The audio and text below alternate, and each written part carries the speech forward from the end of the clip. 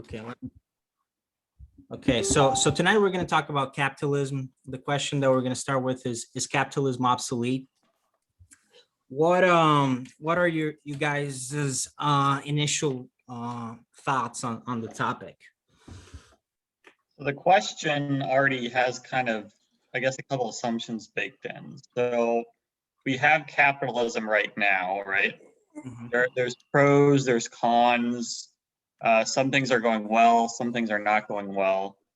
So when we say, is it obsolete? There's kind of already an underlying assumption that there is something about it that that used to apply, but that no longer applies.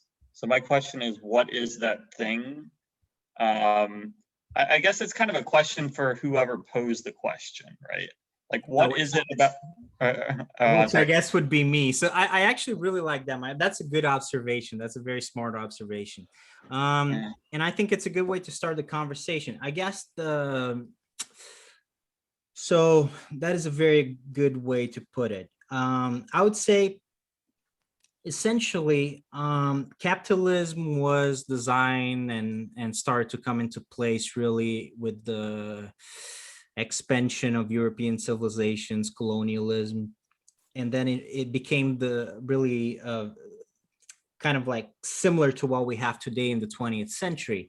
But the reason I pose the question that way is, well, first of all, because I think it's a little bit of a provoking way of approaching the conversation, but also, yeah, I do think that the fact that we have so much inequality and that inequality continues to grow, and that seems to be a process that is, what's the word, exponential.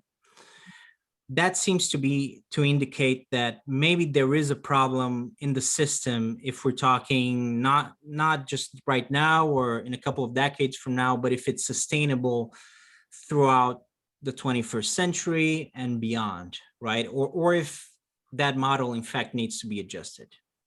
So it's kind of related to the income gap. You're saying that, well, maybe that would be, from my perspective, that would be something that is a problem with the system that is kind of glaring, but it doesn't mean that I think it's the only problem. But and mind you, I don't think capitalism is the worst thing in the world. I think it has worked a whole lot better than, for example, when they tried to do communism in the 20th century.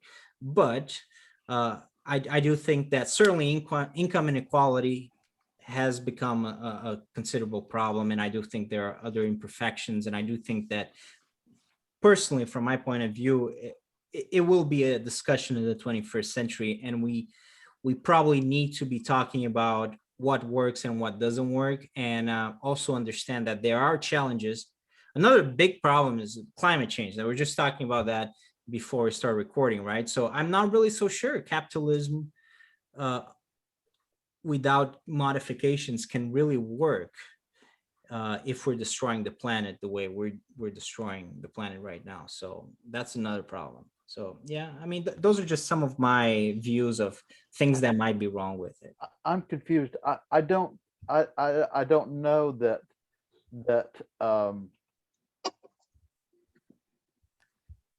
it seems to me that when you have people who operate businesses that contribute to climate change, that's not necessarily a problem with capitalism, it's a problem with regulation. Does that make sense? Yeah. No, I agree. And I don't know if it's a problem. I mean, I think you're raising a good question, right? Is it a problem with the system of capitalism, or is it a problem with the way capitalism is being implemented now, that we just need to tweak it a little bit? And I don't know. It's we have 2 hours to discuss it, and an hour and a half, 2 hours to discuss it, and maybe we can figure it out a little bit. Video is frozen. At least on my end. But yeah. Oh, there. You're good. The video just then froze. But yeah, we just heard everything you said. So yeah, it's fine. So yeah, it's interesting. So David said like maybe it's a problem with regulation, not with capitalism. So yeah, I guess maybe it's a political, maybe it's an issue that the people with the most amount of wealth have an unfair influence on the political system. There's a couple different angles we could take with this, right? We could say, yeah, there's a couple different things we could discuss. We could discuss the influence that the rich have on the political elite. We could discuss income inequality. We could discuss, climate change. Yeah, there's a couple different directions. So I'm open to whichever direction you guys want. I understand what you're saying, and I think income inequality is a very serious problem, and we need to do something about it. I guess I'm just not seeing fully the connection between capitalism as a economic system that is causing that. Maybe the way people are doing it causes that. I mean, you know, a CEO is not worth 800 or 900 times an employee, you know. So I agree that income inequality is a problem. Where I have a disconnect is that a result of capitalism or something else? Right. Yeah, Yeah, well, let me try to give an example. Maybe that might be a point of discussion. When, what's his name? Standard Oil, who's the guy? Rockefeller amassed so much power and so much economic power and political power, right? And when U.S. Steel became a very dominant monopolist, the federal government was able to dismantle these monopolies. You know, they were able to break up Standard Oil and U.S. Steel, and you know, there was no real effective opposition to the courts and to legislation to dismantle, you know, all the monopoly power then during the what is it, early 20th century. Now, I think what happened was that the industrialists got wise to this, and they figured we are going to, at least my conspiratorial point of view is, we are going to promote, you know, theories that justify monopoly. You know?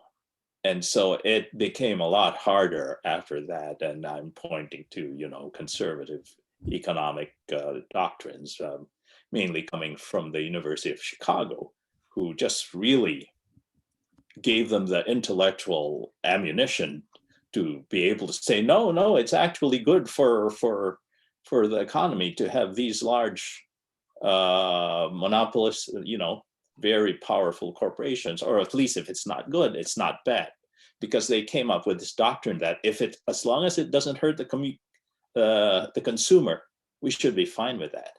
And so this sort of thinking has permeated, for example, the economics discipline, and basically the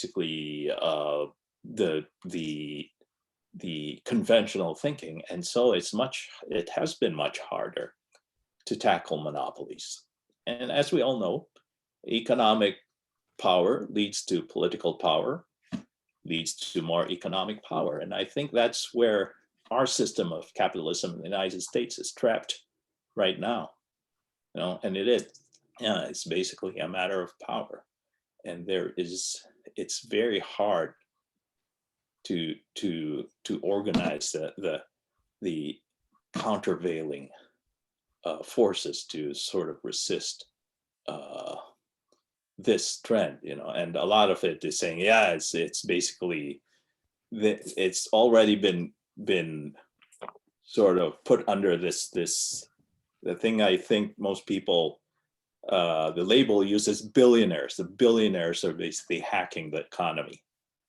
They're twisting it. They're changing the rules to favor them, and that, I think, is a reasonable take on what has been going on.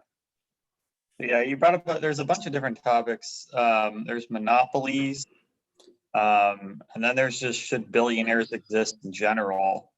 And then there's the topic of, do they have too much political influence? And then there's the topic David brought up, which is capitalism causing income inequality, or is something else causing it? So we have a whole bunch of things going on here. So yeah, do we have any sort of, what's our sort of, so Raul, you brought up, Bill, you brought up really rich people having a disproportionate influence on the political system. I find that to be an interesting topic. Yeah.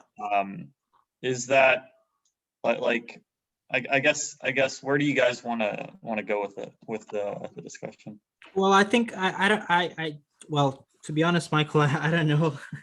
But I in regards to what Raul said, I think that's something that is interesting.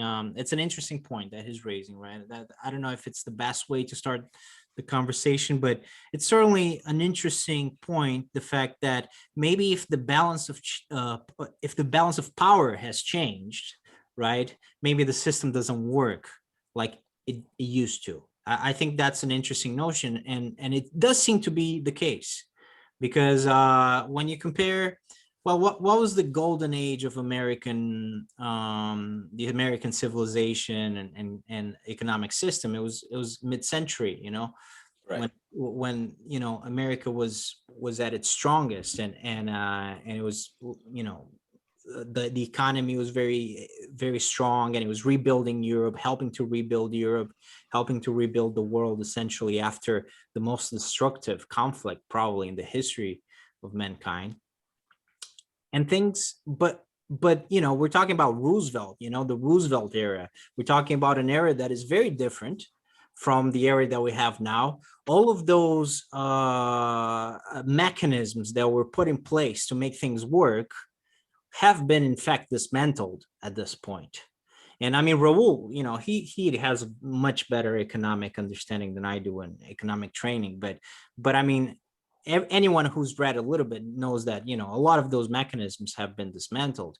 And if they have been dismantled, it just, it stands to reason that things may not work in the same way, and in fact work much not as good, or much worse, in fact, one can say. What mechanisms? Well, like what Raul just said, I mean, I'm sure he'll be able to explain a lot like better, but the monopoly thing is one antitrust legislation and enforcement, for one thing, So the Sherman Antitrust Act is not adequate anymore? No, I don't think so. There is a burgeoning school of thought now coming out, and it's hopefully it will flourish, and it basically saying that what the Chicago School of Antitrust is saying is all wet, and it's a very systematic sort of disposition or exposition, sorry, of what's wrong with it. That because I, not to sound like redundant, but the Chicago School is basically saying if it doesn't hurt the consumer, we should be fine with it, whatever happens in the with respect to monopolies and things like that. But I think that's a very short-term point of view. It might not hurt the consumer now, like people are saying, well, what's the problem with Amazon? Their stuff is cheap. Yeah, it's cheap, but guess what happens when they kill all their competition? And anyway, it's just been, and we know it. Nobody went to jail from the 2008 banking crisis, right? So that's separate from monopolies, right? Yeah, that's I know. Another good topic. But that's what I'm saying. Not just monopolies, but in terms of enforcement of legislation that's related to the economic system. Iceland sent a few bankers to jail, but nobody went to jail here in the States. Yeah, that's one thing. So yeah, we're going in many different directions, but as far as financial products go, I would be in favor of legislation requiring that they be simpler, or like, because a lot of the financial crisis was you had such complicated financial arrangements. Like, if this happens, I pay you this, but if this goes up this much, then I pay you this, and it was so complicated that they had all these mathematical models that would sort of misstate the risk or weren't really representative of it. And that's what they would show to regulators as the risk they were taking, when in fact the risk they were taking was a lot more. So that's kind of a separate topic that I find interesting. But yeah, but Well, I think it's part and and parcel of the whole system of, yes, go ahead, David, sorry. no, I'm just thinking, I'm having trouble separating some things out in this discussion, because I have no doubt that money has way too much influence in politics. But is that because of capitalism or because of money? Mm-hmm. Well, I don't know. well, I don't know. I'm getting lost. Right.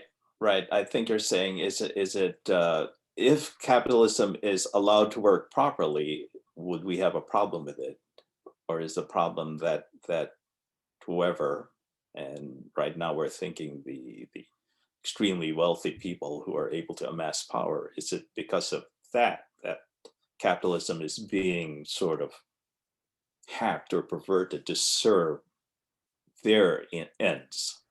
Well, rather than, also, the relationship between money and political office is it is too often a revolving door between elected office and lobbyists. And is that, I have a problem with that, but is that problem with capitalism, or is the problem with that revolving door? and then there's the question: is that revolving door inevitable, or is there a way? Is there? Yeah. But yeah. well, go ahead, Michael. Sorry.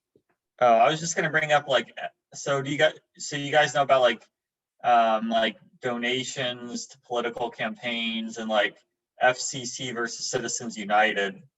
My understanding is that like corporations can give as much as they want to support a political candidate, right? Was that kind of the ruling in FCC versus Citizens United? yeah, Citizens United. Yeah, they actually can't support a political candidate. They can support a political action committee, and that committee may support a candidate. In fact, that committee its sole purpose may be to support a candidate. But technically, it's a political action committee. It's a very fine distinction. Yeah.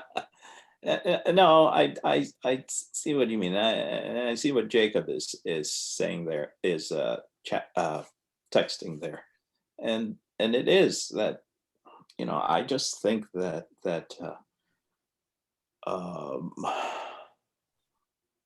it's, people have gotten so wise that they've learned how to, the only term I can think of is hack capitalism. And so the question may be related to what your concerns are, David, is a system that is now easily hacked itself broken then, if it's so open to hacking the way it has been, the way, But now we're like mixing economics with politics, right? Oh, yeah. So we're not, yeah, we've kind of gone away from just the pure inequality to the influence on politicians. So I mean, they're two separate things. They might be linked somewhat, but they're different aspects of the situation. But I think you can never really separate economics from politics, and I think that's how the people have been able to get away with by saying, oh, let's just talk economics. Let's not include the politics about it, underlying, but it's really the politics underlying that determines, bottom line, what goes on with the economy or what the economic policies are. We don't want to see the sausage being made. or we don't want to see who's making the sausage, right? Yeah, what's really interesting about the US is every adult, or most adults, maybe not criminals or stuff like that, but most adults get one vote. So voting wise, we're equal, but in terms of how we can influence elections, advertising, stuff like that, the rich have an unfair influence on. Or I don't know about I'm saying I probably think unfair, but I agree with what you're saying, that Yeah. that the wealthy sometimes have an unfair influence. Yeah. But I know that if I had some money enough to afford an ad, I would want to be able to do that. Right. And I wouldn't want, so we need to have a rule that makes bad people behave properly, that still allows good people to do what they want to do. And that's hard. Yeah. So yeah, what do you think about, everyone has one vote, but wealthier people have more of an influence on media, which influences voting. So it kind of reminds me, it's kind of similar with law. Like everyone is entitled to a lawyer, but richer people can get better lawyers, right? So it's like, it's a semi-equalization. Yeah. Well, I mean that will always be the case, and that has always been the case. But it used to be that the role of government was to try to dampen that try make things a little to make the playing field what's the term more even. But I think government isn't doing that as well as it has to anymore. And from there, all the problems I think come out, are rooted in that. So that's a problem. How do you fix that? Good question. But like I kind of see politics as like a second order impact. So it's like the ultimate impact to people at the end of the day, it's the income inequality, maybe global warming, as we mentioned. I think that's kind of up for debate, but you could argue that, companies, driven by profit, aren't as concerned about the climate. And so, they then pollute more and contribute more to that. That's an argument. And then you could also argue maybe better regulation should be put in place. But Well, I guess the argument, I'm sorry, go ahead. Oh, but anyways, I was gonna say, like, we like economic, like inequality, like I guess like the ultimate impact to people is the inequality, right? That's like the main one, I would say, when we talk about economics. Most people think about income inequality, right? Well, I understand what you're saying, and in terms of companies that damage the environment, to me, that is another situation. Maybe you're familiar with the tragedy of the commons, where you have a pasture where cattle can graze, and if everybody brought their cattle to graze because they have a right to do so, then nobody gets to graze their cattle because the cattle will eat all the grass. So these companies that produce things that put carbon in our air, they're affecting the pasture. And regulations need to be in place to address that. That's not necessarily a problem with capitalism. It's a problem with regulation.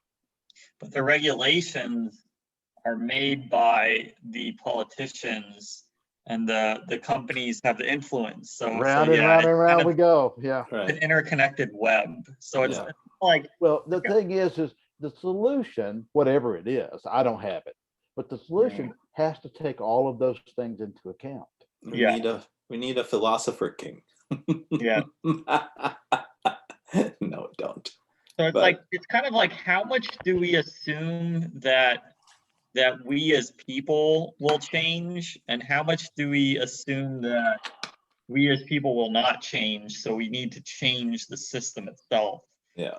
Because I guess as far as politics go, I guess a kind of cynical take would be, yeah, politicians, they're always going to just care about money. And so the big corporations, they're always going to, like I guess a cynical take would be that's inevitable, right? And then a more optimistic take would be, we can overcome the greedy corporations and make good regulations and decisions, you know?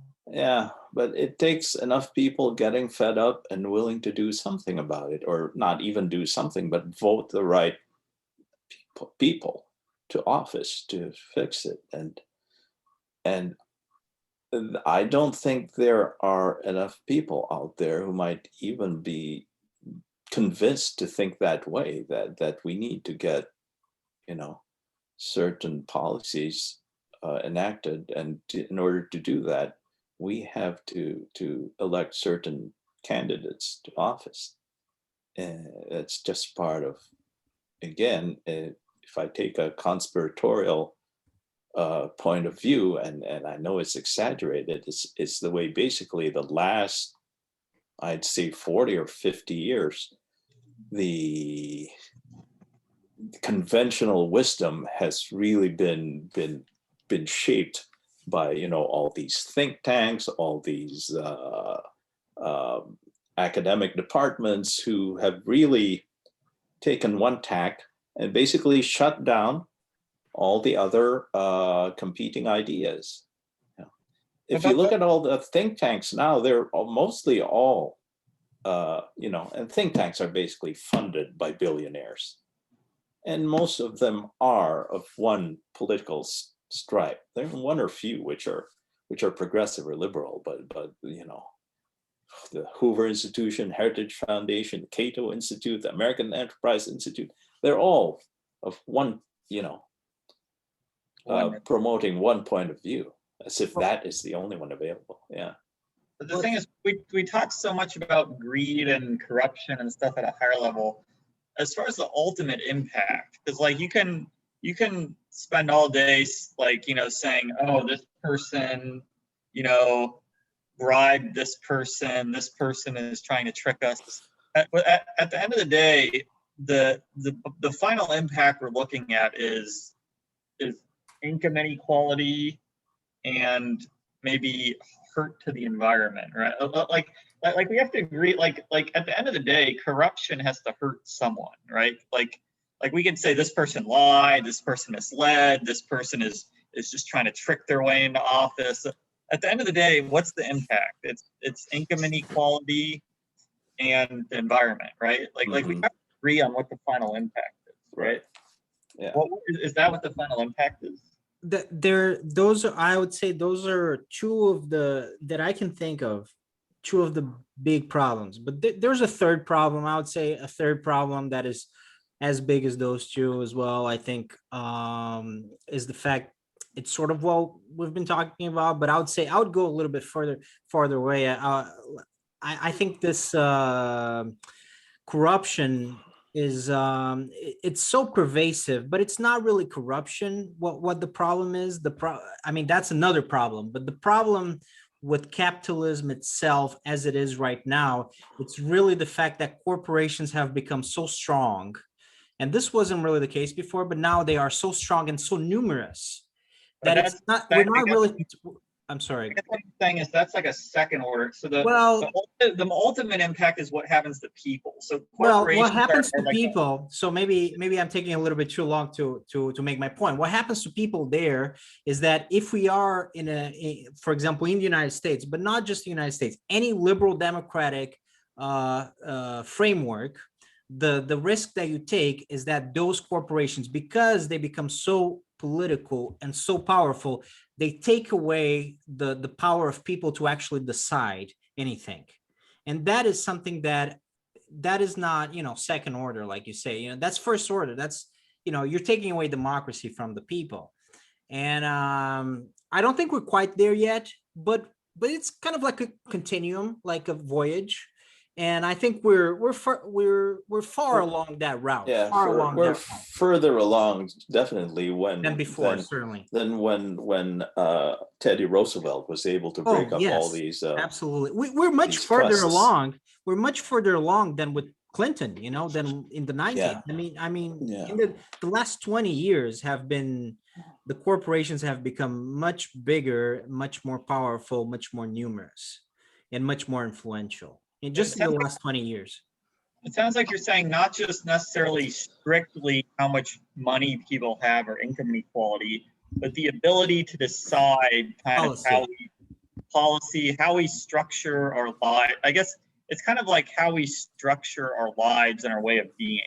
It's deeper than just monetary, it sounds like. Yeah. Well, yeah, I think well, at least from my point of view, I think you identified the big two. Yeah, the income inequality and the environmental degradation. That's certainly going to affect people directly. But I also think the loss of power in government, I think that's something that affects people directly as well. The loss of essentially power, like if people are voting, this is the mechanism. People are voting politicians to represent them and make decisions in their behalf. But you then on the other side, in like this shadowy sphere, which then becomes a little bit more clear with the lobbyists, that you can actually at least see, and we can measure it as well. Like if you look at the money that lobbyists spend now in comparison to the money that they used to spend before, I mean, there's been an exponential increase. And then you have, again, you don't really see, then it's like what happens inside the halls of Congress, Senate, House of Representatives, those interactions, those phone calls. But if you're electing the representatives, but the corporations are paying for them to be reelected and win campaigns and win their seats, I mean, they're going to listen to you to a certain extent, but they're also going to listen to the corporations. And if the corporations give them enough money, they're probably going to listen to the corporations more than they're going to listen to you. So that's really the dilemma there, and that's something that is the more it happens, the less the less power you have, the more power the corporations have. But even so, like whenever we talk about power, like that's still second order. Like for example, if I want to go for a walk right now, I can go for a walk right now, right? If I want to drink a cup of tea, I can drink a cup of tea. When the power ultimately hits us, like when the loss of power ultimately hits us, it's when we have to live a certain way that we actually don't want to live. So it's like maybe there's some law that we have to abide by, and it's unnecessary. Or maybe I don't like at some point it has to hit. Like power is kind of like a second order impact, but the first order impact is kind of like how it hits our daily lives. Well, consider one specific example. I'm going to give you one specific example. Yeah. School shootings, theater shootings, discos, nightclub shootings, all kinds of shootings, because there are all kinds of shootings, right? The vast majority of people agree that there should be some sort of control. Like the exact amount of control, that is certainly up for debate in the United States, but the vast majority of people agree that there should be some sort of control. It doesn't matter, because the National Rifle Association really pays politicians a lot of money and has such a degree of influence, and the whole industry of weapons has such a degree of influence that it doesn't really matter if you and me and Raul and David and Jacob and the vast majority of people that live here think, well, you should have at least some sort of minimal protection, so you can't have all these crazy people with guns shooting at people. Yeah, It so I doesn't think matter. It doesn't matter that's a good, because like, the corporations are going to make that decision for you through the politicians.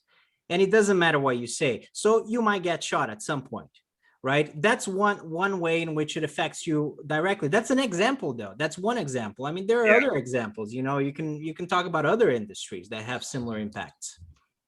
Yeah, because it is so hard to trace the chain of causation, or for example, that comes from how, you know, the interaction between lobbyists and corporations and the legislature or even the executive department, and how the final effect reaches us. Like, for example, college affordability, right? Nobody, very few people connect the fact that college is so expensive to economic policies that basically say, no, we're not going to raise enough funds to fund colleges so that people can afford a college education. And just compared to how much college costs for people who are now, you know, sponsoring legislation that not directly but indirectly makes funding for college education, inadequate, and that is a very hard connection to make, you know. And so people are saying, well, you need you pull yourself by your bootstraps, then work hard and do that. But 40 years ago, it wasn't that difficult to be able to work your way through college, you know, because it's just the cost of college is yeah, you know. Well, it's almost impossible these days. Yeah, it's increased so much, but also the cost of healthcare as well. It's prohibitive for debt for so many people. I mean, the level of debt that people have, and this is not something that, again, like when I was talking about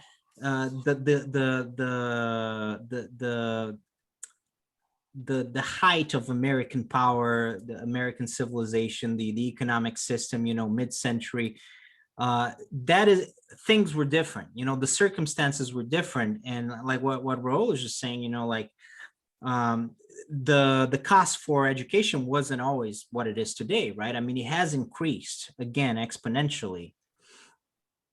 Same thing with healthcare and all that. So it's not like we're talking about something a flat phenomenon that things haven't changed. Things have changed and they have benefited the corporate world, but not so much the people. And that affects people in a number of ways, like social mobility, which used to be a feature of American society. That is, I mean, that has been compromised. Yeah, measures of social. Any of you guys remember pinball machines? Yeah. Bumpers and flippers and all Sure. that. Of course. Let me put a couple of bumpers on this conversation, okay? Just something to keep in mind. I like pinball, so yeah, go ahead. This is an Oreo cookie. It's a carbohydrate-rich food. And generally, people agree that it's bad for you. And they promote a low-carb diet. But this is also a carbohydrate-rich food, but it's good for you. Not all corporations are bad. Some large corporations are terrible, and we have to do something about it.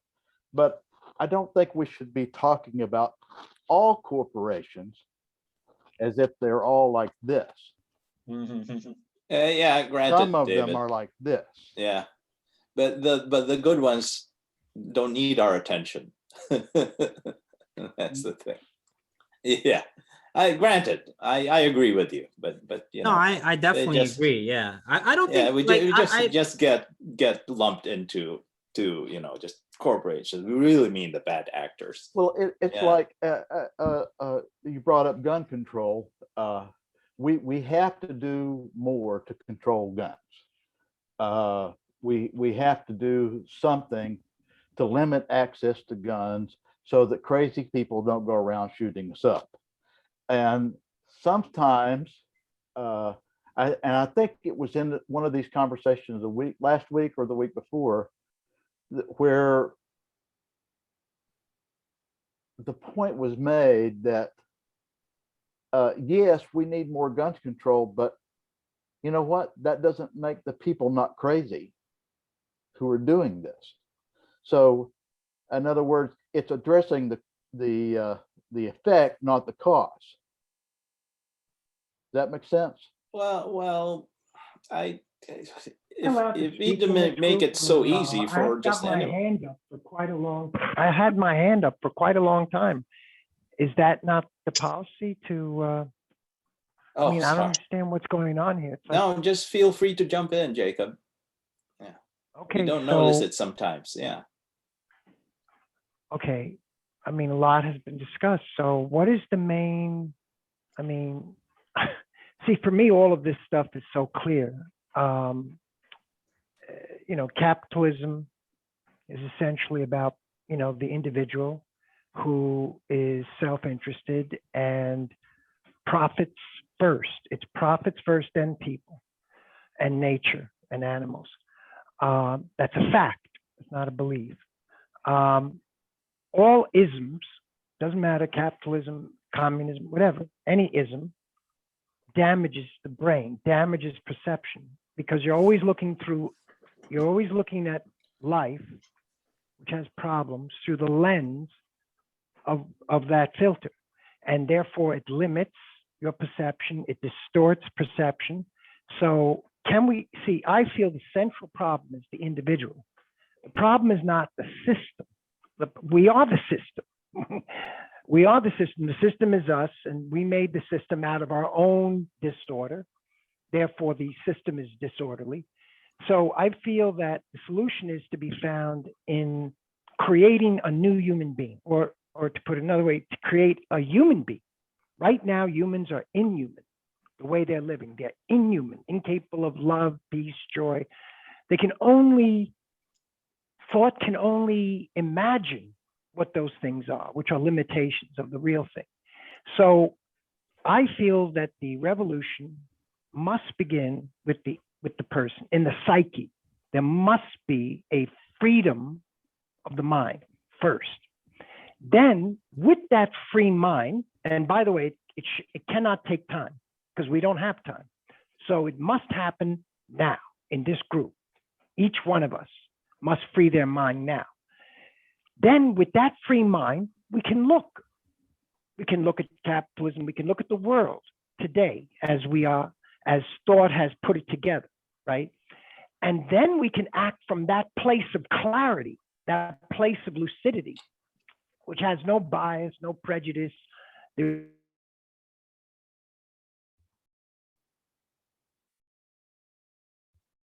we don't do that, then we're just engaging in self-deception, constant self-deception, looking through the lens of our past conditioning, our programming, which is very limited and distorting. So, Jacob, just so I understand. But getting back to the politics, you know, when I first started, in the politics, I would say, I think 9/11 was what woke me up. I was always, you know, I was always a responsible voter, and but I wasn't actively involved as every citizen should be, meaning being well informed on all the major issues of today, and then actually going out and campaigning, supporting the campaigns of the candidates you feel are the most wise and the most loving amongst in your community, amongst yourselves. And but that woke me up, And at first, as I began to, because I spent, for 11 years, I spent 80 hours.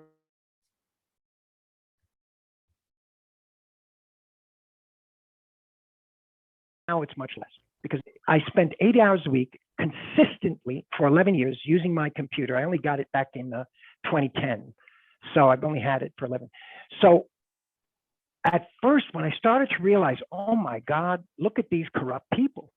One top of the fraction, the top fraction. We're not even talking about 1%. We're talking about the top fraction of 1% that is dominating the whole system, okay?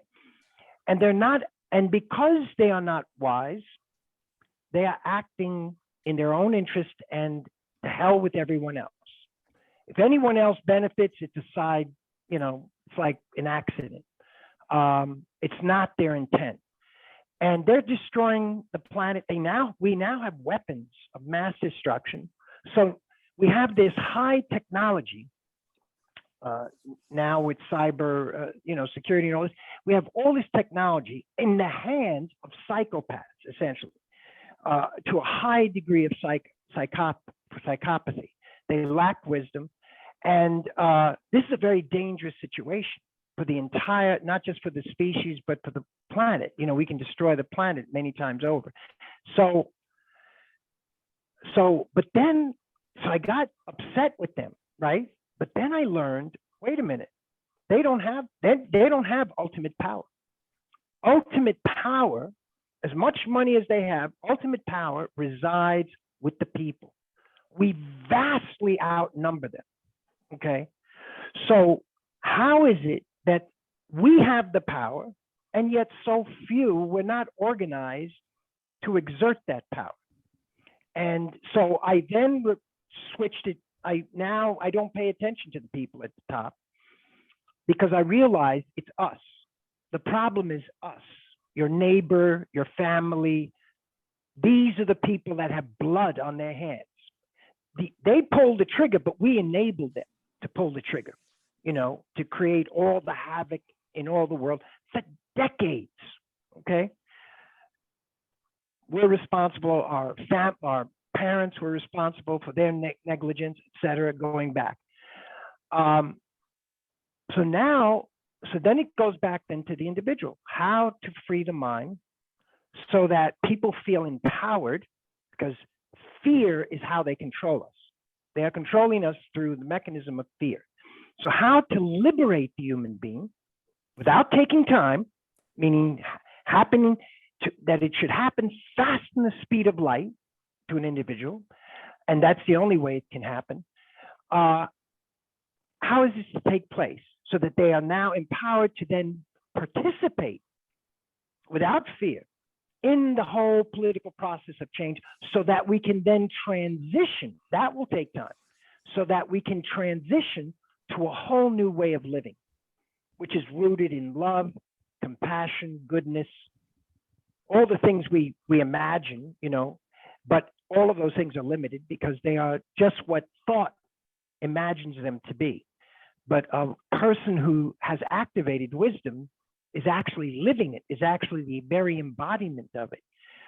So philosophy, I feel, plays the role of being the vehicle to liberate, to bring wisdom, to activate that part of the human being that is not activated at all, at all. There's not one, it's only thought. Thought is the controller, thought is controlling, and thought has a place. But thought is doing the driving, and it's limited. There's another capacity, which is wisdom, which is pure perception that sees the whole, okay, and acts from the whole, that is not yet activated. So I feel that this is the job of philosophy, of the philosophers.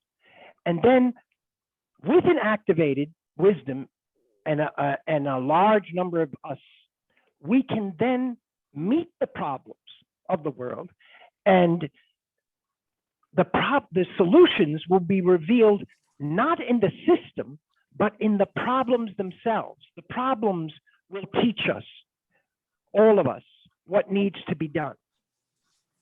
So yeah, I feel that, and the other thing is about, because you guys are discussing solutions, we already have the solutions. And as we have more wise people, we'll even come up with greater solutions. But as we are now, we have so many solutions. So then the question may be, well, why aren't they being implemented? Because they do not serve the interests of the people at the very top. So they are preventing that because they are dominating the system. They have their hands on the levers of power right now, okay? Because why? Not because they have the power, is we have given our power to them. We, the people, have given, because through our negligence, through laziness, through feeling disempowered, feeling that I can't do anything, I'm just one person. I mean, yet one person can change the whole world, not realizing that. So, and this is the current state of affairs. So we have the solutions. We don't have the people in positions of power to actually implement them. This is the central issue. And again, it goes back to the citizen. The word idiot was originally someone who was not involved politically. If you go and study the etymology of the word idiot, is someone who is not involved politically, who's not involved. So we have a nation of idiots in that sense of the word, with lots of degrees, academically smart, but yet stupid in politics. We're not. So I feel this is essential. So how to awaken your neighbor? You have to start with your family. You have to start with your neighbors. You have to start with your work associates, your business associates. And you have to, well, first, of course, you have to awaken yourself first. Then you have to awaken others. And they will awaken others, and so on and so forth. And that, I feel, organically, it will spread. And, so that's, there's probably much more to say, but that's all I have to say right now. Jacob, I want to step in here. So you might find this interesting. We had a previous discussion on utopia. It was kind of interesting. Is utopia possible? What would it look like? I'm not sure if so people in power, who are corrupt, that's an issue. But I think there's more fundamental underlying issues. Even if people in power weren't corrupt, even if there was no thing like that, I think people might still not get along just because they have disagreements about things. Like some people prefer chocolate ice cream, some people prefer vanilla ice cream, some people think that we've been programmed to be divided. We are not working together. We are not cooperative, right? Everything has been emphasized, and this is by design, I feel. I feel that the powers that be know this. They have emphasized the individualistic activity, self-interest, love yourself. All of this is indoctrinated into us, right? Yeah, because why? It feeds the illusion of division and separation, which then leads to conflict. So we wind up fighting each other. Even philosophies, all philosophies, the sense of ideas, all beliefs, religious beliefs, etc., any kind of belief, it divides human beings up. So can we free the mind of all Jacob, beliefs? No, I don't think anyone would object to what you're saying. It's that, we have to become better people. But so in concrete terms, how does that happen? How do we make that happen? We have to do both because we don't have enough time. Yeah, but what do you mean? Both means we have to work on the level of the individual. At the same time, we have to be involved politically. Even though we haven't activated the wisdom yet, still thought has to find a way to engage still, because they're going to kill us. We're going to be destroyed. So the thought has to at least be aware of the danger, of the urgency. What's going on? What's been going on? And what's still going on, and what will continue to go on, because the future is now. So if we want to know what the future will be like, just all you have to do is pay attention to what's going on now in the world today. Give all your energy and attention to it, and you'll know where we're headed. So I think there's one more thing I want to say. So politicians, the media, they divide us. But even if it weren't for them, I remember you said that they're I agree with you. programming. They're already divided from birth. I agree with you. That's Well, why I was saying the politicians are just taking advantage of things, but they're not the main problem. That's what I was trying to explain to you, that the main problem is us. We're the main problem, the citizens, the 99.7% of the population who are not well-informed, right? Who are not politically engaged. I mean, how many hours, if I were to ask each one of you, how many hours a week do you devote to the political process? How many hours? Is it 20 hours? Is it 10 hours? So are you Is saying— it 5 hours? Is it even 1 hour? Jacob, my question is, I can understand the conceptual part of what you're saying. So are you saying we should be more active, like organize more, attend more caucuses, or hold sit-ins, or hold teach-ins, or how do we reach what you say? How do we fix or attain what you say we need to attain, which is a more enlightened population? Because we have to do, like I said, we have to do both, right? We have to work on activating. Each of us must work on ourselves, because no one can do this. What does work on ourselves mean? That means you have to see yourself. Meaning, what does that mean? As the thinker, Okay. What does that mean concretely? be Jacob, aware. let Be me- aware of what thought is telling you right now. Meaning, who spoke to me just now? Be aware of that. But anyway, I don't want to do this right now. This is not the time. But I wanted to answer your question politically. What do we do? Yeah. I created a group as an example. I'm not saying it's the only way, but this is my proposal. We're going to take over New York City, okay? And the way to do that is by creating what I call a majority voting bloc. I calculated already. I did all the calculations. We need 1 million people. Now, this is just an example, okay, for New York City. And we're going to take over the mayorship, 2/3 of all the congressional seats, the city council, all of that, right?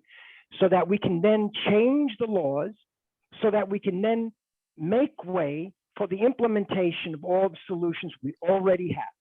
And then New York City, and it doesn't have to be New York City, it could be any major city. But I'm saying in New York City, we're trying to do it. And then it will be a model, because I want people to see, I want human beings to see what's possible. You see, when they see what's possible in action, in reality, they'll say, oh my God, why didn't we do that already? And if they're doing that in New York, why don't we do it in Chicago and in all the other major cities? You see, and all around the world, people will emulate. So the problem right now is one of vision. People don't have a vision, and they don't believe anything is possible, or very little is possible, you know? So once we establish, and it doesn't have to be New York City, it could be any major city. Once we establish a model, look what is possible, my friends. And the only way that's going to happen, we have to take hold of the government. And we have to take hold of 2/3 so that we are in control of the government. And then we change the laws. We repeal any law that is getting in our way. And then we implement the solutions, and we show everyone what's possible. So that's the basically the idea that I propose in New York City, but it can happen anywhere. What's the solution though? Because that's the kind of like what we're trying to get to here. What's the alternative to what we have, right? That you think is a better model, better system. The solutions are, if you want to know the solutions, you look at the problem. You become intimately familiar with the problem, and the solution will reveal itself in the problem. It will not come from a mind that's capitalistic, communistic, whatever. It's going to come from perceiving, being in communion with the problem. And then that will reveal itself. It will speak to us what needs to be done. Because we will be thinking together. You get it? See, the way it is set up now, people are individualistic.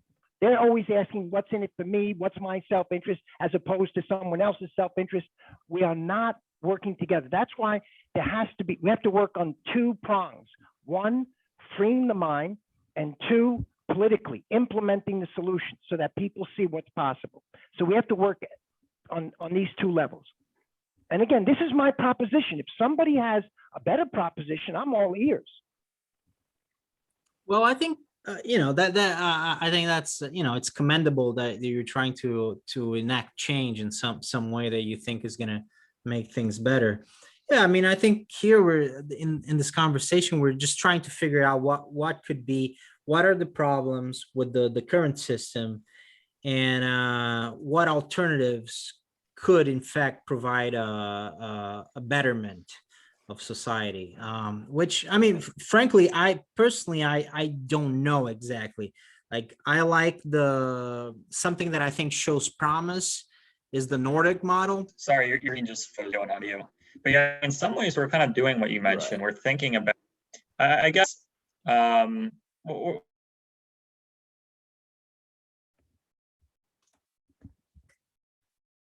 of the good thing about this group is we're not really committed to an ism.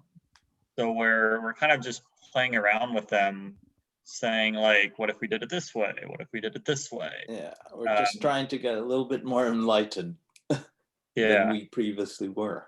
It's sort of like what you said, Raul, in the beginning, right? Like a lot of people go into this endeavor of, figuring out what the best economic solutions are, but they already have an agenda, right? If you do that, you're just justifying something that you already had. That's what I'm saying. Which is pointless. That's why a free mind is. But that's a very, very abstract concept of what a free mind is. You could.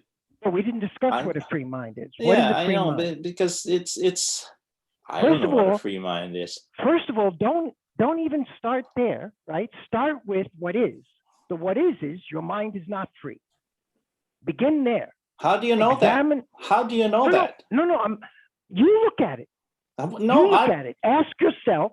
I don't think my mind is not free. I think my mind is free. I can think of anything I want to. Okay. I don't feel there's somebody controlling my mind. Okay, so I will accept what you say. Are you saying that through observation, you have observed that you're free of all past conditioning? Is that correct? I am not free of all past conditions, but I believe that I am free. I am free to make decisions from here on. There are certain constraints. I think what you're referring to is the program is free to reprogram itself and do whatever it wants. Well, we're straying from the topic. I think we should do this some other day, because this is now. In other words, this is now metaphysics and beyond. No, it's not metaphysics. We're talking facts. We're talking the actuality. That is not a fact. Whether we're free-minded or not is something we can never prove, I think. So really?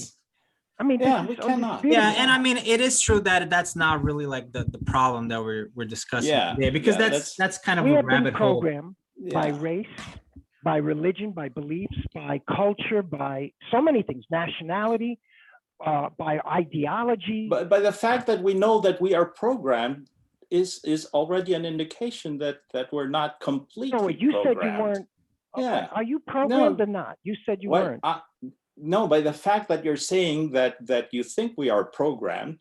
No, I don't think anything. I'm asking you to ask yourself, am I programmed?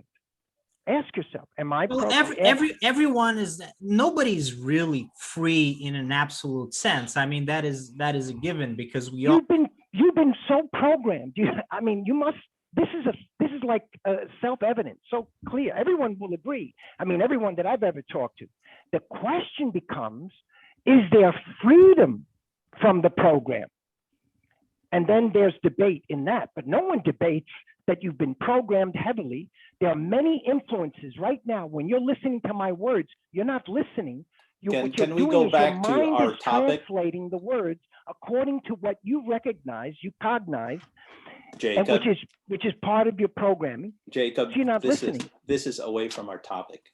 Can we go back to our topic? Maybe some other day we can discuss that.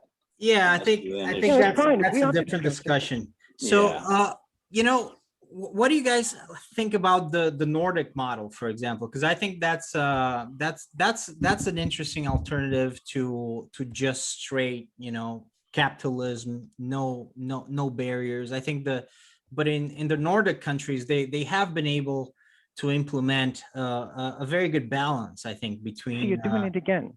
You're doing it again. You're looking for some system, right? Instead Well- of asking, first of all, you have to be in a position of power to implement the solutions. We already Right, have but- the solutions. but If si- you want to take the Nordic thing or whatever you want, whatever your favorite flavor of ice cream is, that's fine.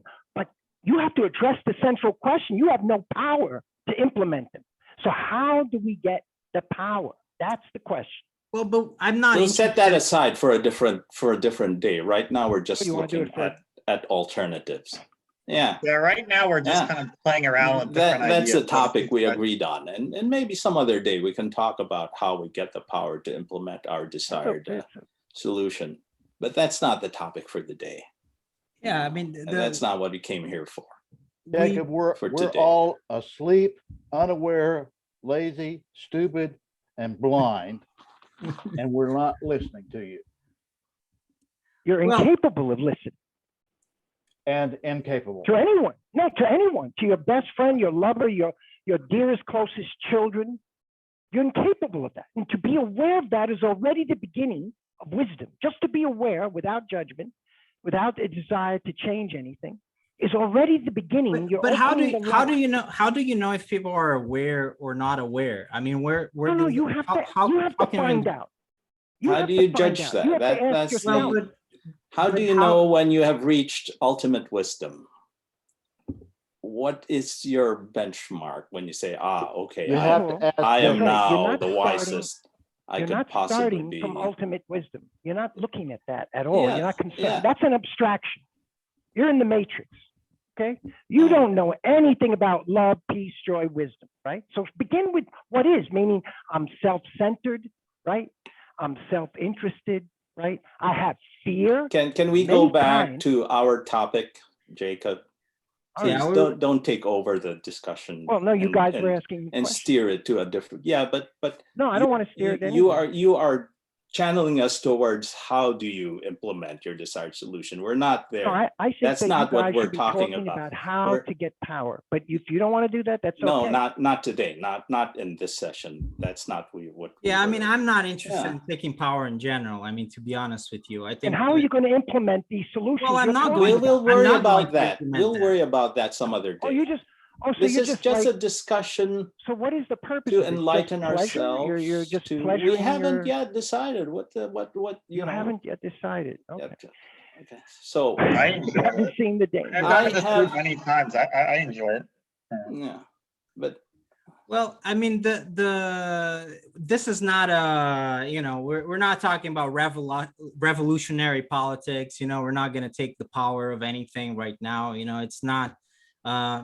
It's a philosophical discussion. So I mean, we're trying to figure out, and this is something that people have been trying to figure out for quite some time, both in practice and in theory. What is the best economic model? I mean, what you've told us about. I mean, you're talking about a metaphysical concept. No, which is not really a matter of me. economics. I'm a practical, down to earth person. Well, Let's it look doesn't at the sound that. facts. It doesn't sound that way. Let's look at what's possible, right? And let's create it so that people will see with their own eyes. Oh my God, this thing is actually working. Well, what is 'Cause what that's the what only- is the economic model that you would propose in your society? Because I you just haven't told told us an economic model. So No, what there's if, no if- econ- the point is listen, the economic listen. model is listen. the invention of the program. Whatever the program comes up with is very limited, okay, and is distorted. In other words, whatever system you come up with is shaped by your own. Right? okay, Your own limitations. let's grant that. So within the program, let's try to come up with what we think is what we can come up with within the limits of the programming. What I would say would be an how ideal, or at least the best possible economic system? Yeah, I don't know if can you tell us what the perfect economic system is? I certainly cannot. I certainly what cannot makes tell you up what the system. Think of it like this: what makes up the system? It's people. There's no system that separate from the people. So if Right. the people are corrupted, the system will be corrupted. No matter what system you choose, this system, that system, the other system, It is made up of people. And if the people are self-interested, are divided within themselves, are conflicted, fighting each other, it will fall apart. It will fail. But if the people It doesn't fix matter what themselves, Yeah, except that people are not perfect. And if the so we people have to, if the people fix themselves, where would that lead? How would economics lead once the people were to fix themselves? It would be clarity. When you, okay, what there would kind- be what- clarity. what- what, what clarity, kind what of will be the clarity? institutions? So will there be private property? Will there be, Will there be yeah, so, We so- will, if there were clarity amongst us, we would all see what needs to be done and we would do it. But We don't come first, wait, we don't come first to the problem with the solutions. Oh, this system, let's make that foundation, let's make that institution. We come, I know nothing. That's how we come to the problem. I know nothing. I want nothing, I know nothing. And in that intimacy with what is, the isness, okay, that will reveal to us what needs to be done. Mhm. If we already knew the solution, why would we be coming to this group? I mean, the we group, don't- the philosophy of the group should be the activation of wisdom within you. no, that no, should the be- philosophy of the group is not something you I mean, dictate, philosophy. you know. I'm not saying your group. I'm saying that should be, I No, would think, even I would for- think for- the love of for- wisdom, which is what philosophy means, right? That should be what should philosophy, I mean, what else then is But philosophy? listen, bunch how of how can you have wisdom if you're not able to answer questions? Like we are the problem with economics is it's posing a question. You know, how do we regulate production? How do we regulate distribution? And then you can say like people are flawed. Well, first of all, I mean, people are always going to be flawed. I agree with you. I mean, we need to try to better ourselves, but I cannot expect realistically, it's just not going to happen. If I cannot expect myself to be a perfect person, which I cannot, how can I expect that from 7 billion people? I mean, There's going to be a transition. it's not a period, right? possibility. The old people have to die off, right? We then have to rear up the children, right? Well, the children are not going to be perfect either because no. We're not talking they're about still going perfect. No one mentioned the word perfect. they're except still you. going to be human. I'm not talking about perfection. I'm talking about sensitivity, Well, clarity, what does Wait, that? How? communication. Okay, if you have Communion clarity, if you with all have beings. clarity, how do you regulate production and distribution? How do you establish how you're going to produce things, how you're going to distribute things, how you're going to accumulate I already things? answered. I already Well, answered. Okay. No, you But only now there answered will be- how to I get think what there. you're asking though is in the transitionary period, right? No, How no, will we- not how will we function? No, I mean, you said the only thing that you've said in terms of what I just asked is basically that we need to find clarity and understand the problem. But I mean, I honestly, I mean, I haven't heard an answer. I haven't heard a proposal. That's why we want to create a model so that you actually see it and you see it in action. Well, what's the model? That's what I'm asking you. What's the model? The model is we begin with the implementation of the solutions we already What's have. the They're solution? What's already the out there. solution? What's the solution? The solutions to all our problems. The problem. What's the solution to our practical- problems? In concrete terms, We've what already is? been discussing some. No, of you haven't. Oh, yes, Well, you have. we have, but you haven't. We have. We've been looking into it, and you don't want to Because talk this is about not- it. You want Because to. this is not the central problem. The Yeah, central but problem is not that. The central even problem is that even if there is no clarity among. Jacob, even if we agree with you, that's not what we are interested in talking about. I understand right now, and I get and it. so we want to stay with the topic. Oh, All right, Okay, go Jacob, ahead. we gotta move Go ahead. on. We gotta move on. 'Cause Yeah, this because is every time you interject and say you're not addressing the problem, and then you steer us to that By the topic. way, I but just want to say to yeah. Michael, I'm not talking about utopia. You mentioned that word, and that's not what I'm talking Yeah. about. So just to answer that. yeah. Okay, here's something related to economic system that I've been thinking about lately. I had this sort of thought that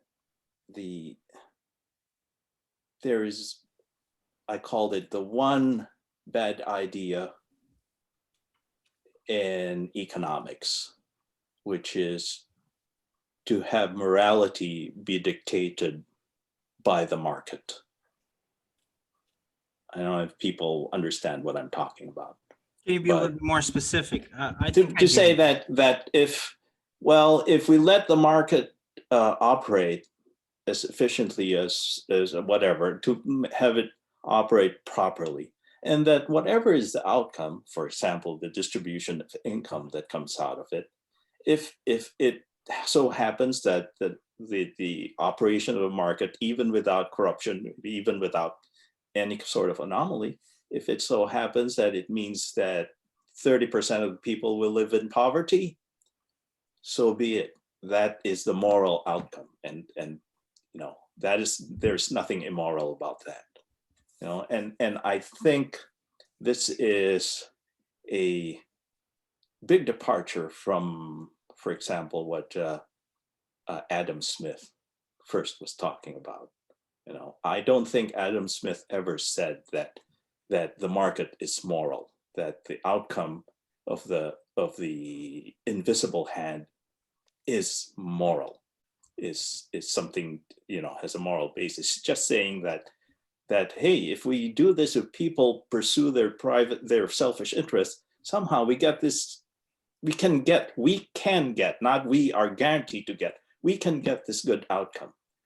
And somehow that has been through the years been changed into, well, if you let the market operate, and then whatever comes out of it is good.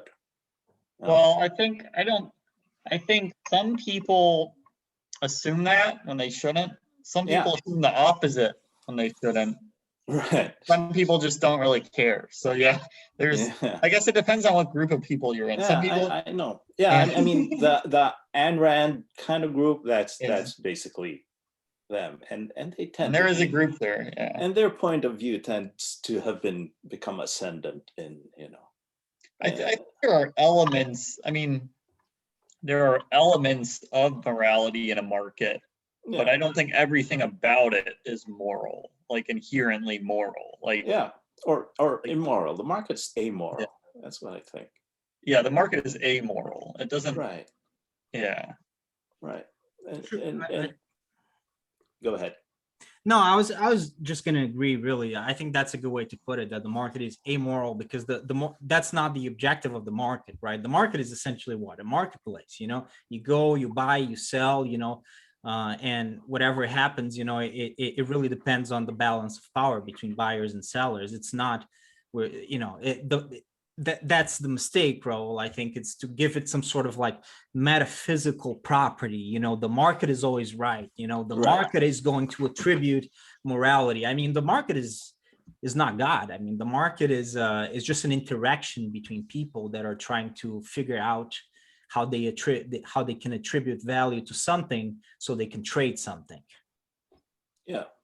I think a lot of times, I think the question is, when do people claim it to be moral, or what are the moral aspects of it? And I think sometimes people think like, you know, people who work hard deserve more, and people who don't work as hard deserve less. So I think there's elements of truth, but then I think there's compounding factors, like, you know, people didn't grow up in as good of a situation. People were disadvantaged from the start, so it's harder for them to get an edge. So I think it's really just a balance of the two. But I think there is something to that idea that if you work harder, you should get rewarded more. Oh, yeah. So it's just a matter of balance, right? Mm-hmm.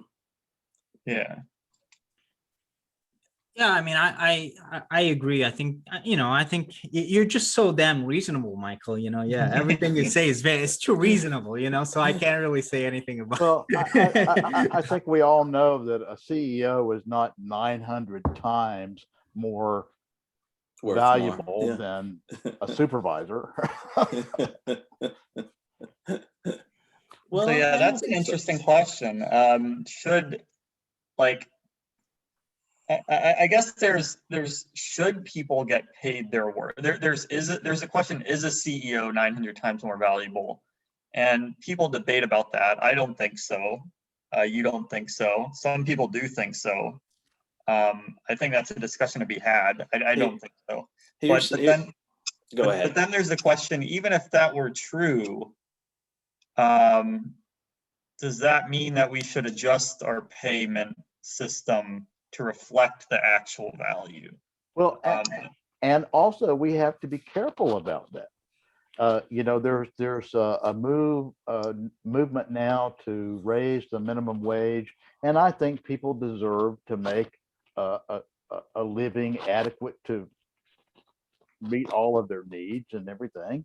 But there is a danger there of if you raise it too much. Well, let me put it this way. McDonald's is already looking at machines, automation that will cook burgers. I've seen that. Yeah. So if you raise the minimum wage, that makes the automation more, that improves the return on investment for automation. Mm-hmm. And that's going to happen anyway, but doesn't that hasten the pace? I don't know. And then there's talk about making legislation to ban certain types of automation. Yeah, I don't think that's going to work. No, that's not going to fly. I don't think that's the right way. Let me go back to the CEO pay thing. There's one thing that most people kind of miss out on. And this is only because, you know, as an economist, I think this way. One way to think about it, just to have a gauge of how excessive executive pay is. If you ask them, the CEO, let's say, for the job you're doing now, what happens if instead of being paid $100 million, you only get $50 million? Are you going to quit? You know, I don't think any of them will say, yeah, I am. You know, most of them will still stay on the job because there are kind of strong indicators that the market for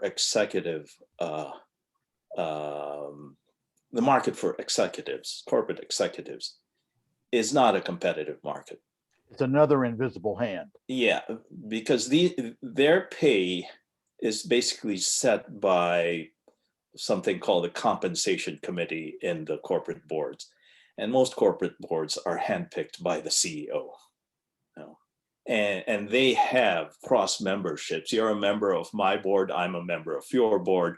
If you don't vote for my race or my pay, my executive pay, I might not vote for yours. And so there are indications that executive pay is not a competitive market.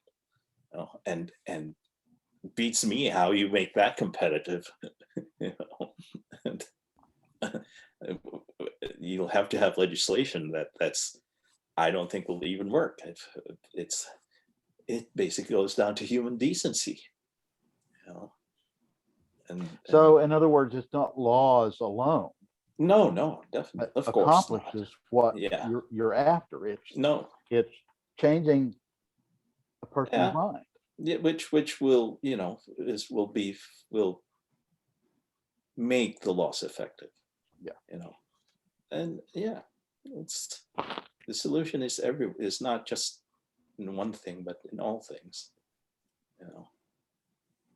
And now, what do we think about capitalism if the age of robotics goes kind of full flower? Everything's automated. Yeah. What if humans become obsolete like horses did? I don't think so. Well, Could be, but I mean, humans in the numbers now, you know, horses, you know, did not disappear, right? But there are a lot less horses now than there used to be because we don't need them for transportation. Oh yeah. Right. So basically that's an indication that horses. I always get this is unrelated, but I always get a kick when I watch a Western and you see people walking up and down the streets, and there's no horse shit anywhere. There was horse shit everywhere. Yeah. They just make it a little bit nicer to look Yeah. at than real life would Yeah, have but I been. mean that is something that we need to start thinking about. I think in you make a terms very of- good point, and that actually connects directly to the initial question, right? Is Right. which is I guess a provoking question, provocative question, a thought-provoking question. Is capitalism obsolete? But it might be actually not right now, but you make the point of robotics. I mean, Yeah. it might actually become obsolete in 50 years from now, 100 years from now. I don't think it is now in this sense, not at all. Right. No. But Yeah. but in 50 years from now, or 100 years from now, or 200, let's say 200, it's pretty certain that it's going to be obsolete, because we're not going to disappear, because we're the bosses, right? Humans are not like horses. There's nothing, there isn't a species above us. But in terms of working people, the human worker might be exactly like the horse was before. The human, a CEO is going to look at a human worker and at a robot, and he's going to say, well, what would possess me to choose the human worker instead of this robot that has 100 times more productivity, right? It will make no sense. It will make no sense. I think there's robots replacing our manual labor, and even maybe our intellectual labor to some extent. And then there's robots replacing our ability to write books or write music or do more creative stuff. I think once robots are able to replace our ability to be creative, I think that'll really, really transform stuff, because then we're really kind of useless, I guess. But yeah. Well, and even if you're right, Michael, which I think you are, but even if you're right, the vast majority of people do work that arguably that actually can be replaced. You don't need to be super imaginative to imagine if technology is advanced enough, some robot will be able to replace you, unless you do like some very specific things. So my point is, the vast majority of the market, right, is going to be absorbed by this. And at that point, Andrew Yang is, it's 2020 and he's already talking about it. I think he's before his time, but, or sorry, ahead of his time. But at some point, everybody's going to be talking about this, right? What do we do with all these people that have no jobs, because there's no point in giving them jobs?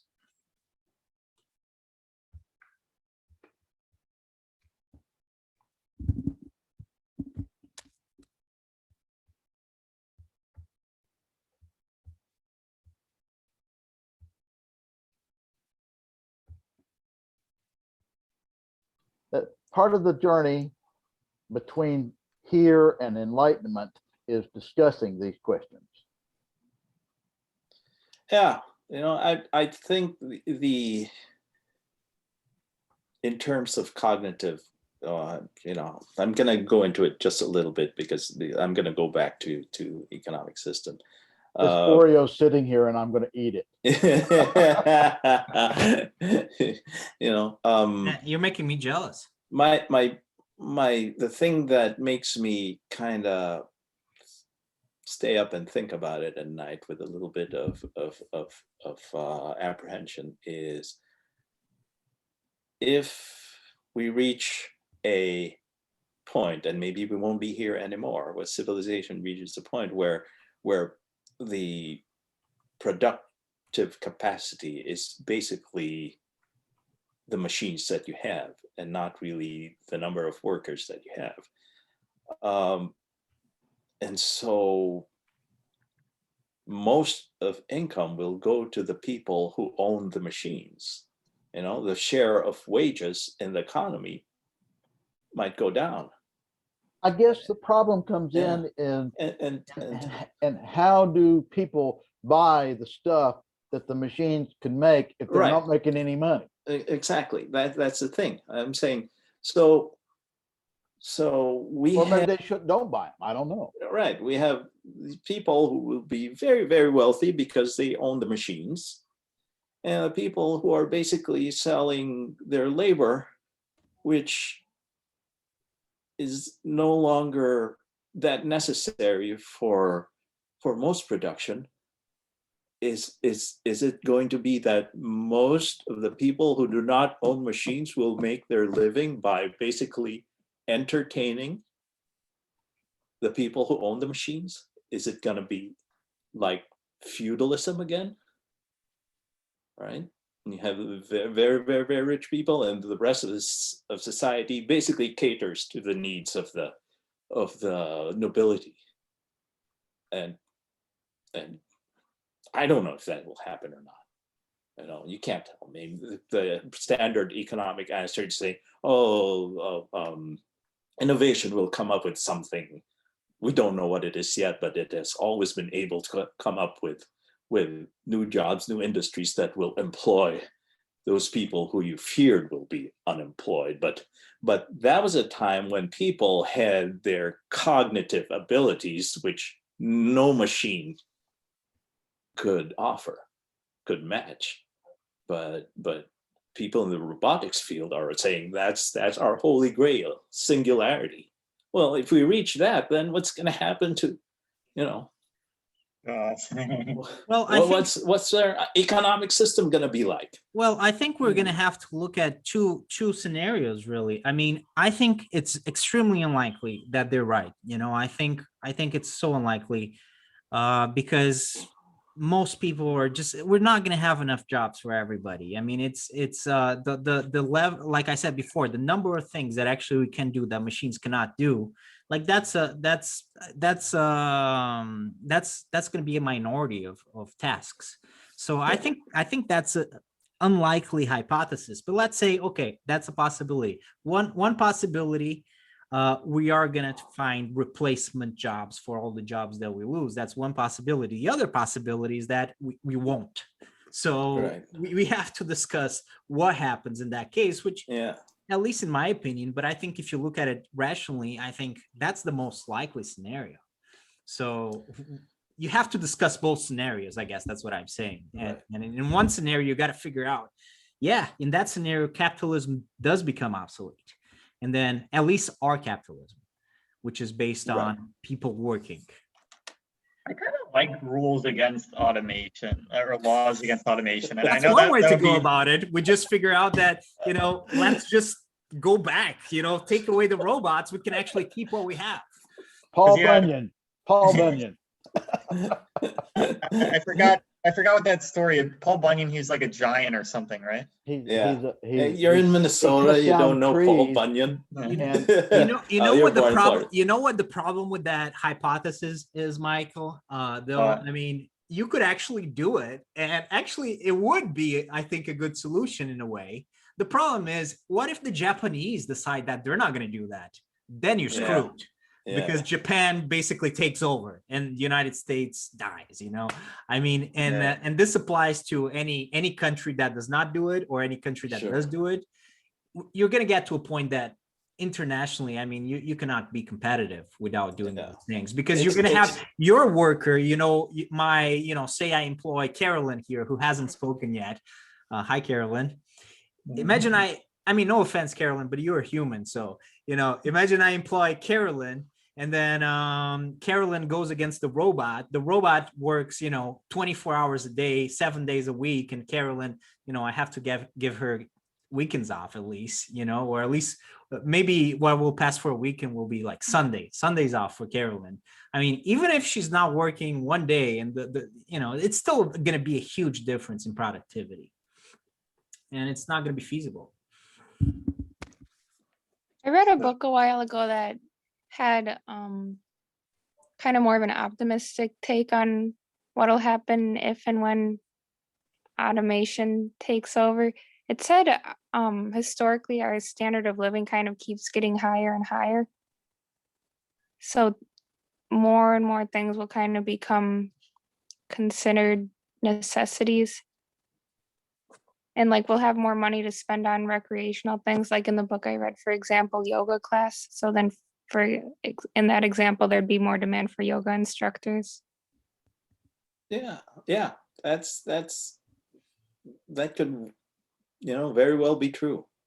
Yeah, that's So the it's whole kind of be thing. based It could on, be true. It could be true, but Yeah. we would have to implement some policies that would correct the just the free market, let's say. Or just the if the rise, the proliferation of robotic manufacturing, robotic production brings with it a drastic income inequality, a drastically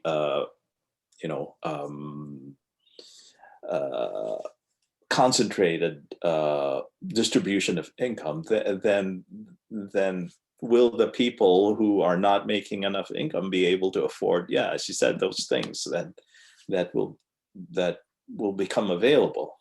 So I mean, if we have this successful robotization and we are all owners of the robots, then the income will be distributed more evenly with to the population. And so it would be almost a utopian society, right? Where you work a little bit, but you spend the rest of your days pursuing things that for you are pleasurable, educational, enlightening, or something like that. Yeah. maybe So- like, oh, I'm I'm sorry. go ahead. I'm just, I want to understand what you're saying. Are you saying that no one should own the means of production? Oh, no. I'm just saying maybe it's equally divided. It just happens that the ownership of the robots are more equally distributed. Just so happens to be we're all stockholders, or rather than just these privately held corporations that own all the Privately held large evil corporations. Now, as far as universal basic income, would universal basic income just take care of the issue? Like, and we could make it a very high level of universal income. If these robots are really that good, the guaranteed income we get could be like equivalent to like what a millionaire would have today, right? Like we could be guaranteed to go to the fanciest restaurants today and go on the best vacations and whatever. No, you're not guaranteed to go to the fanciest restaurants, because they're also making millions of dollars, and they say, why the hell would I have to work in a restaurant? Or wait, I won't be guaranteed to be able to go to the fanciest restaurants because why? Because maybe the people who would be running restaurants are saying, well, I don't need to work anymore. I have $1 million a year. But the robots will handle the whole restaurant. And no one even needs to run the rest. Yeah. That's true. Yeah. So It could work, but I don't think it's going to be like that. I think because we would still have to figure out a system in which people get equitable sort of like this distribution of assets and income, and we're not going to be there. I mean, we're still going to have sort of the same problems, which is, some people are going to have too much, some people are going to have too little, and it might be more exacerbated or not. It depends on how The bare minimum, but it's not going to be like that. Yeah. Well, why not? Maybe the minimum that we're given could be still very, very good. Maybe, but I don't know. I'm not an economist, but I don't think that that's probably going to happen. I feel that because it's not just about material wealth. It's No, more about relative wealth in that case. And I think the problem is Like, that, could you say go ahead. like the poor in America today, for example, are better off than the poor in other countries, or possibly even better off than like the poor from a historical perspective in the past? That's In a Or sense. should the measure be what's possible? In a sense you can, Carolyn, in the sense that, but it's in In a kind of absolute terms. in absolute, like, for example, people don't starve for the most part in the United States. So in that sense, that's a lot better than being poor in France, 200 years ago, because people would starve, right? But So yeah, but happiness is very subjective. yes, and a lot of Right. things are relative. So we've become a society that has, to some extent, overcome that problem of people starving. But anything higher than that, I feel it's a lot trickier. Not that that was easy, it took us a lot of time, and but a lot of things are a lot harder than that, because it's about relative. It's essentially what Raul was saying, right? I mean, yes, imagine you make 500 instead of 100 today, but what if the other person, instead of 2,000, they make 20,000? You're actually poorer than than in the beginning, right? Because relatively you're even poorer. Imagine a system. That matters a lot. Imagine a system that's run, that in the way we live our life, we're living it like we treat our family. How do you treat your family? If we could create a society where we're all family, you get it? Like, Is that possible? so That's yeah, of that's course it's basically what possible. Marx Of course. wanted. I know nothing about Yeah. Marx. So I'll tell you, that's what Marx basically thought is what we should be shooting for. It's a society to each according to his needs, from each according to his abilities. A society his of or hers. abundance, Yeah, and where which the is robots are doing so many things. We have more leisure time instead of a 40-hour week. I don't know, whatever it is, 10 hours maybe, we'll work. And the rest of the time we'll be creative. We'll be creating. That's what life is. Yeah. We will be enjoying life, you see? So we were able to do that back in as early as the 1980s. So the question is, why hasn't it happened already? We have the ability to do it. The reason is because the powers that be don't want that. They are pushing not for that to happen. So what do we do then in response? We have to get together. The people have to get together and say, no, you don't have the say in this. We have the say. And we have to use what we have, the Constitution, to exert our rights, but we're not doing that. And that is the central issue, that human beings in this country are not doing they're not responsible. And therefore, we got the mess we have. It's a direct correlation. That's going back to the how we do it rather than sort of what we should do. I already told you how. yeah. Okay. No, You that's you what I'm create saying. a majority. Let's not go vote. back there, because Yeah. No, there's not. We're Yeah, almost you out of already told time. us. We're almost out So of when you ask Yeah. how, what do you mean? Oh no, When you I'm ask not. how, I'm saying that you were saying how to do it. I'm saying that you were answering that question. Whereas we're talking about like the what, just like what would happen if robots, became. Bertrand Russell has I think most of you have probably already read that essay, but or not. I mean, but it's in Praise of Idleness is a very good essay, and it's essentially about that, and he makes an excellent case, and mind you, this is I think early 20th century when he wrote that essay. I mean, it was kind of I think it was early 20th century. It was quite a while ago. He didn't know anything about robots, obviously, but and in his world was a lot less automated than ours, but he could already see, because you could already see in the early 20th century, even late 19th century, all the machines and the way the machines were producing things instead of humans, right? So he already saw, and I mean, I'm not gonna try to say exactly what he says, because it's Bertrand Russell. I probably won't even be able to make the same arguments in the same way, but it's a very good essay and kind of short. But essentially, the main idea is what you guys are describing, right? I mean, you have the means of production. That's clear. With robots, we're going to have the means of production times 100 times 1,000. I mean, the means of production are there. It's just a matter of figuring out the distribution of like the product of that production, right? So that people can actually have the free time, because we essentially we don't, like, if what he says is, it's a very simple economic equation, right? If you produce 1,000 now, right, and that's enough for you to live off of 1,000, and in 20 years from now, instead of producing 1,000, say in 8 hours, you're producing 10,000, that, or let's say 8,000, that would mean that to live in the same way materially, you would only need to work 1 hour instead of 8 at that point. Right. And that just makes sense. That's math. That's just basic production.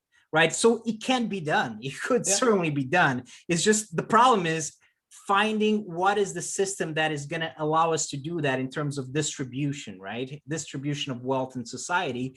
And that is certainly not the system we have now. With the system that we have now, Amazon is not going to distribute some of that money to other people, right? Amazon is going to, you're just going to have Amazon make billions and billions and billions and trillions of dollars, but that's not going to go to Raul or to Michael, right? I mean, it's just not with the system that we have now. So that's why Yang, he makes an interesting point, right? I mean, the system could work perfectly or very well. We just need to ask Amazon or Facebook. Facebook, instead of collecting the data for free, why not ask Facebook to pay a little bit of money for that data that they are collecting from you, right? And with that money, we could actually give people the UBI, right? So they can, when we have too many robots and they don't have work, they can actually buy food. It's not a radical idea if you think about it. In 20 years from now, it's really something that will make a lot of sense. But here's the thing: if robots are really that good, then kind of like I said, a little bit of UBI might be a really high standard of living. And also, the CEO of Amazon, Bezos or whatever, at some point, if they're that high above the rest of the population, like if they want the population to like them, all they have to do is give a little bit of their wealth to each person, and that would be a really good standard of living if these robots are really that good, right?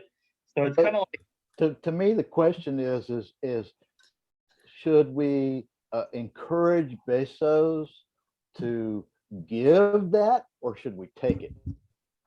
yeah, interesting. But yeah, No, I mean, this is a little beside the point, but if he were to give it, like, how would that work logistically? I mean, he would just say, if you do some sort of tax, I mean, that would, you don't need to go to Bezos' house and point a gun to his head. In fact, you shouldn't, right? I mean, this is the United States. So, what you do is like you tax companies, those companies a little bit. And you pass a law saying that, they have to pay for the data. Of course. Yeah. So, but going back to, like, Bruno was talking about relative income. So we might have this really, if UBI gets enforced, we might have a really high standard of living, but it wouldn't be as good as Bezos. I don't even know what his standard of living would be. Like, what would he'll live in Mars at that point. He'll live on Mars. Like at what point, like what would he have? Like, how high of a standard of living can you get, right? So like, well, there's a point where, and this is borne out by sociological studies, that happiness really starts how you compare to your neighbor. Well, not literally your neighbor, but how do you compare to the rest of society is really what affects how happy you are or how content you are with your standard of living. You might have a standard of living that in the third world is luxurious, but if you're living in the US and you have the same, you have your big screen TV, you have your whatever, but then you compare yourself to other people, it really can make you unhappy. And I ran across this little factoid a few years ago. It may have changed by now, but probably not a whole lot. if you live in the United States Mhm. and you drive a car and you have a job and a computer, you're in the top 8% of people on Earth. Right. Yeah. But you Well, don't. 8% in terms of living standard, but living you may standards. not like the work you do, or you may, Yeah, that's not really the point, but yeah, I understand what you're That's saying. part of it. Yeah. But look, But I was saying that the there's relative. Sorry, I was just going to Yeah. say very quickly, and then you can take over. Yeah. One way to just very simple way to understand that difference between where you are makes all the difference. Like if you drive, say, a Honda Civic here in the United States, and kind of like a newish Honda Civic, you kind of feel sort of almost on the poor side. That's my car. Right. It's still a nice car, but if I were driving that car, in India. in India, for example, man, I would, no offense to India, but that would be a very, very nice car, Or the Philippines. or the Philippines, Yeah. it's, and I would feel very good about it. Man, look at my kind of like Oh yeah. not brand new, but newish Honda Civic, and let very, me put very it this nice, way. I would feel great, but I don't here, it's not, it's, it's not that great. Driving a Honda Civic 100 miles, the difference between that and driving a Maserati 100 miles is absolutely insignificant compared to not having a car at all. Actually, you're gonna be a little sore in the Maserati because the suspension is. I mean, the Honda Civic is tighter. actually a very good car. I mean, Yeah. it's super comfortable. I mean, it's as good as a car could get, right? I just can't go Yeah. as fast as Ferrari. Yeah. The thing is, you see that cars are all about status because, Right. I mean, with our speed limits, it actually doesn't really matter if you have a Honda Civic or a Ferrari. You go the same speed, right? So it's about stat. I mean, it's obviously not the same thing to have a Honda Civic and a Ferrari because the status is very different. but that's interesting, because what if the level of UBI is enough where you could get anything that you could reasonably want? So any dinner you want, UBI is enough to pay. According to Michael Greenberg. According to Michael Greenberg. So Anything that we could reasonably want, according to Michael Greenberg. or anything that really any human, like what if the level of UBI is enough so that I want a Honda, I want this car, I get this car. I want this dinner, I get this dinner. I want the, like, what if you could do pretty much whatever you wanted with your UBI? Then it would be about showing off. Then it would be about doing things you don't actually want, so that you're really, really Well, right. But once you're habituated, that's a very interesting point, because the niceness of the things that you have no longer becomes a status symbol. Yeah, exactly. So, hey, I've got you spent half your UBI on a Maserati. No, Yeah.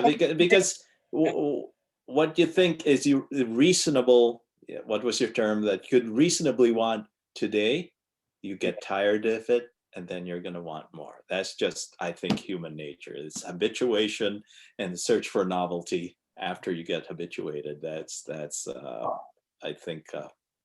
Could robots become good enough that they'll outcompete our desires? And we want this dinner, they'll get us this dinner. We want this car, they'll get us this car. We want this watch, they'll get us this. Like, I guess at some point what we want would just move to a whole nother, our desire. Well, maybe, yeah. Maybe it goes beyond material things, and that would be nice. Yeah, like literature. Like maybe your robot could have like the most creative book or something. I don't know. And I think that can happen. I know in my younger days, I've always said, "Oh, I want to have a nice, fancy, fast car and whatever," and I don't feel any desire for those things anymore. It's been years since I've thought about, I wish I had it would be nice if I had a Porsche, or now it's not something. I confess I really I don't want a Ferrari because that would be too expensive, but I kind of like the Corvette, or the Camaro. And I kind of want to buy those cars, even though it's very stupid, because a Corvette is way too expensive for like what David said. I mean, it's the same to like driving Maserati and Honda Civic Right. in terms of comfort. I mean, it's actually not going to make a difference. Yeah. You know, So- I don't have a Maserati or a Corvette, but I do have this. Yeah. And Bill Clinton, every world leader in the 1990s, no world leader in the 1990s Had that. had this much information at their Yep. fingertips. Right. That's good silver lining right there. Anyways, guys, it's kind of time. So do you have any other things that you would like to bring up? I mean, we can start talk a little bit if you want. If not, we can wrap it up. Wow. I don't have a whole lot else. So yeah. I would like to, oh, go ahead. No, I didn't have anything to say really. Go on. I was just going to say, I would like to suggest artificial intelligence and universal basic income as conversation topics. Yeah, those are good ones. Yeah, we'll do those. For that. Yeah. Yeah, those are good conversations. Someday, can we talk about Heidegger? Sure, Martin Heidegger. sure. What was his philosophy? I guess I think he's a charlatan, but Is some that people is that might what you want to say? disagree. No, Okay. no, I want to see if other people might be able to give me some other insights. And I mean, Well- I haven't read him. I'm, I tried, but I we said, could- okay, Okay, let we me could dial back. Yeah. we could maybe like read an article by him or something like that. Yeah, I don't think. Yeah. Just Post- try. post and a see link. if- Okay.